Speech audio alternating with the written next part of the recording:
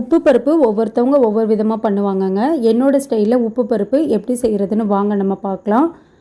இந்த ரெசிபி செய்கிறதுக்கு 1 கப் அளவுக்கு துவரம் பருப்பு எடுத்திருக்கேங்க.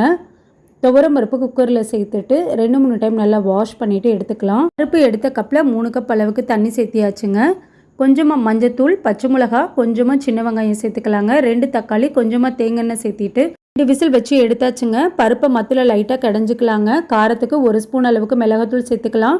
இனி பருப்பை தாளிச்சு விட்றலாங்க. தாளிக்கிறதுக்கு தேங்காய் சேர்த்திருக்கேங்க. கடுகு, சீரகம், வரமிளகா, கருவேப்பிலை, 4 பல் பூண்டை தட்டி சேர்த்துக்கலாங்க. கொஞ்சமாக சின்ன வெங்காயம் சேர்த்துக்கலாம். வெங்காயம் நல்லா இந்த அளவுக்கு வதங்கிடணுங்க. இப்போ நம்ம கடைஞ்சி வச்சுருக்க பருப்பையும் சேர்த்துட்டு பருப்புக்கு தேவையான அளவு உப்பு சேர்த்துக்கலாங்க. கொஞ்சமாக பெருங்காயத்தூள் சேர்த்துட்டு ஒரு கொதி வந்ததுக்கப்புறம் மல்லித்தலை சேர்த்து இறக்கிற வேண்டியதுதான். சூப்பரான டேஸ்ட்டில் உப்பு பருப்பு ரெடிங்க. சுடு சாதத்துக்கு தேங்காய் நெய் போட்டு சாப்பிட்டா டேஸ்ட்டாக இருக்கும். ட்ரை பண்ணி பாருங்கள்.